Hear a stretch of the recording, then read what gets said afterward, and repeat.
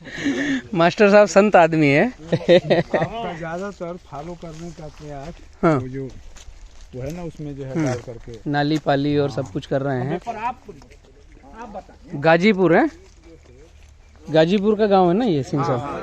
गाजीपुर में रेवतीपुर।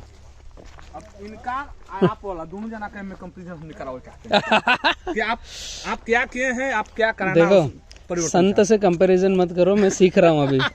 यस ऐसा नहीं है सर। जी बताइए। असल में हुआ क्या है कि अब इसमें इसके बाद भी देखिए कितना जो है ऊपर नीचे जो वेरिएशन है। लेकिन जो 2-3 बात बताया है कि हमने नाली पाली पहले बना दिया। हाँ तो शुरुआत में हुआ क्या, कभी आपका बात जो आप बता रहे थे कि यहाँ जो है पानी यहीं तक रह गया, यहाँ आया नहीं, वहाँ तक बार पहुँचना बार हम चाहिए। खींच दे रहे थे ऐसे ही। यस यस, उससे क्या हुआ कि पानी पहुँचा नहीं। और वो उसके अभी चलते- एनालिसिस हो रहा है कि हाँ, कहाँ वो- चूक हुई है। हाँ वो आ गया। यस ये हमको ये समझ में आया कि ये हुआ है, नहीं तो सब बराबर हुए रहते। Yes yes yes. तो ये चीजें जो है करने से, और उसी में जो है खनाई करके ऐसे ही डाले हैं। मन जो अभी यहाँ मिलेगा गोबर, अच्छा यहाँ जो है खाद यहीं पर डाले हैं हाँ देखिए खाद सब जो है लगता है खत्म हो गई। ना, ठीक जगह है यहाँ तो डाला है, ये ठीक किया है आपने। यहाँ पर जो है ये यही यहाँ पर डाला है, ये ठीक है। हाँ यहाँ पर लेकिन डलना चाहिए। अब यही है कि इसके बाद भी पौधवा हम लोगों का इससे बहुत ज्यादा ऊपर भिन्नता बा, एकर मामला का बा।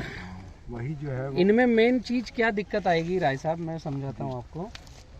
जब पौधा आगे पीछे होता है तो उसकी कटिंग आगे पीछे आएगी जब माल कटेगा।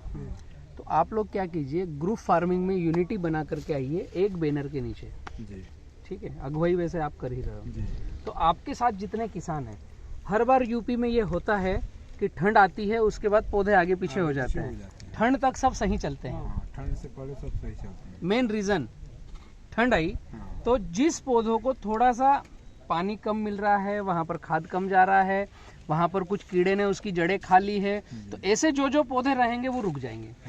जो पौधे के पास पानी प्रॉपर जा रहा है, वहाँ खाद अच्छे से चले गया, उसकी जड़ों को किसी कीड़े ने नहीं काटा है, तो वो चल पड़ेगा।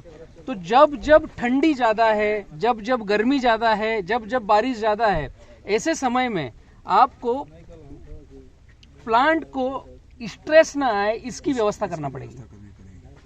मेन हम अभी मीटिंग में समझेंगे कैसे रहेगा। उसके बाद में जब फ्लावरिंग आती है तो आपको फ्रूट केयर करना पड़ेगा, और जो आपके क्षेत्र वाले गांव वाले हैं सबका डेटा आपको एक टेबल पे रखना पड़ेगा। जैसे उदाहरण के लिए आप 20 लोग हैं, उदाहरण में दे रहा हूँ, आगे पीछे हो सकते हैं आंकड़े।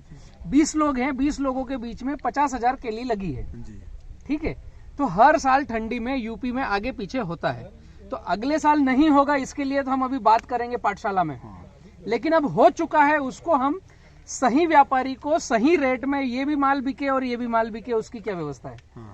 तो आपको फ्रूट केयर करना पड़ेगा, निशान करना पड़ेगा कि जब फ्लावरिंग आया तो किसके यहाँ लाल कलर का रिबन है कितने बंच पर, किसके यहाँ हरे कलर का रिबन है कितने बंच पर। मैंने फ्रूट केयर का एक प्रोग्राम पूरा दिया है, 98 नंबर का वीडियो है रवि जाट के यहाँ का, वो पूरा फ्रूट केयर का दिया है। और आज पाठशाला में मैं पूरा उसका डीपली जिक्र करूंगा।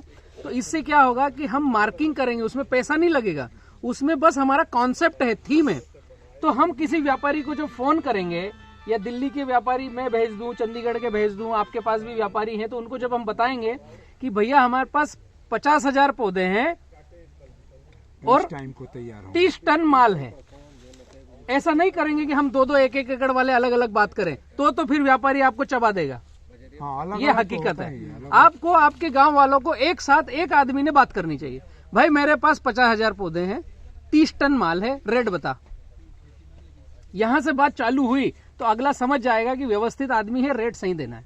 दूसरा, फिर आपका फ्रूट केयर किया हुआ, मार्किंग किया हुआ फोटो भेज दो, भैया इस तरीके का सभी के पास माल है। पौधा छोटा हो बड़ा हो, किसी से खाद कम डला है तो उत्पादन ठीक है कि एक के पास 20 किलो आया है, किसी के पास 18 किलो आया है, किसी के पास 35 किलो आया है। लेकिन फ्रूट केयर किया तो तीनों की क्वालिटी एक रहेगी, length, colour, shining. Fruit care की विधि हम जो करेंगे वो सभी को करना है, तो वजन कम ज्यादा होगा, क्वालिटी एक ही रहेगी। जो वहां पर क्वेश्चन पूछा था कि किसी का जल्दी पक जाता है, किसी की गाड़ी कम पकती है, तो वो चीज खत्म हो जाएगी। वही व्यापारी को चाहिए कि मैं जहां से माल लूं वो सारा माल मुझे एक जैसा, एक क्वालिटी का मिले।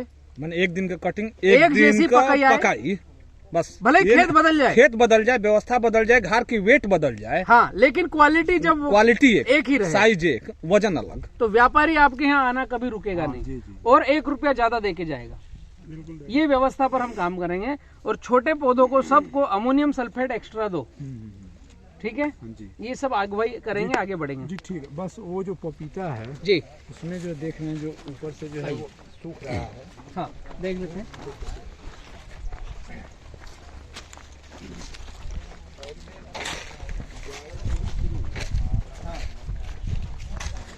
ये वाला स्कॉर्पियन बता रहे हैं, ताइवान साहब का उसमें ना, ये रेड लेडी है ना। तो इसको पूरे को आप वीएम स्प्रे कर दो। एक काम कर लीजिए, अच्छा है क्या, मतलब ये क्यों ऐसा हो रहा है? नहीं, ये स्कॉर्चिंग जो है ना, ये साइड के कॉर्नर जो जल रहा है, ये जलने की वजह एक तो मैग्नीशियम है और एक पोटास है। तो ये दोनों पर्याप्त मात्रा में पड़ा है। कहाँ पर पड़ा है? यही जो है ये पौधे के पास में। हाँ, ड्रिंचिंग हाँ। जो है यहाँ, यहाँ जो नमी जहाँ है, हाँ ये तो आप वाला है वो नाली पाली वाला। हाँ। नहीं, पानी इसमें चलता है, इसमें नहीं चलता है। हाँ हाँ। और यहाँ नमी में ड्रिंचिंग। तो नाली पाली का रिजल्ट भी दिख रहा है कि नहीं, पपीता वो तो इतना है। बढ़ गया है।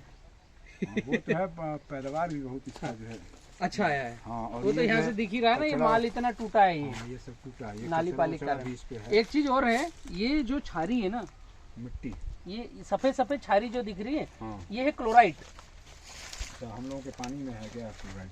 ये हो सकता है, या फिर हम जो फर्टिलाइजर दे रहे हैं वो पौधे कम उठा रहा है और मिट्टी में ज्यादा रुक रहा है। जी, ये दो चीजों से आता है। एक तो पानी में क्लोरीन ज्यादा हो, तो शायद आपके यहाँ के पानी में उतना टीडीएस नहीं है, पानी तो ठीक है, लेकिन हम जो फर्टिलिटी कर रहे हैं ललका पोटास कितना है डाली ला, कि ललका पोटास 900 नहीं 900 टीडीएस है, फिर तो क्लोरीन है उसमें, क्लोराइड है। ललका डालत तो उसमें ज्यादा क्लोराइड बटे, वो सबसे ज्यादा हार्मफुल बा। नहीं, आप इसको क्या कीजिए, केलवा में तो हमने को वही डालते हैं। नहीं डालना है जी। व्हाइट या तो उसको जो आप बता रहे हैं कि जो सल्फ्यूरिक ट्रीट करके उसको आप डालिए। मैं कंप्लीट बतलाता हूँ उसको। एक तो चलिए आप चला जाएगा तब वहीं पे हाँ, चला से चला। सल्फेट ट्रीटमेंट करके यहाँ पर आप कीजिए, जी, और उससे ये जो छारी है ये खत्म होगी। या तत्काल में अमोनियम सल्फेट का प्रयोग कीजिए, तो जो पोटास पड़ा है हाँ। उसको उठाने में मदद करेगा। तो ये जो कॉर्नर है, हाँ। ये कॉर्नर जलना बंद होगी। और ठंडी की वजह से पत्तों की पेशी रुक गई है, जी, बर्फ बन गई है, जाम हो गई है, हाँ, तो उसको अभी तुरंत एंजाइम चाहिए। अब मार्केट से हमने कोई भी एंजाइम लिया तो पपीता बहुत जल्दी रिएक्शन करता है। जी, इसके लिए आपको वीएम स्प्रे करना पड़ेगा, जी, वाइसेनामेटा और मिट्टी का, पत्तों पर और इस फल पर। ये फल पर भी अगर आप ध्यान से देखोगे तो चमड़ी कड़क हो रही है, वो दाग दाग जैसा। नरमई खत्म हो गई है, उसकी जो पेशी है वो बर्फ के कारण सख्त हो गई है। इसको नरम करना है तो एंजाइम देना पड़ेगा, जी, वही बीएम। VM spray. चलिए तो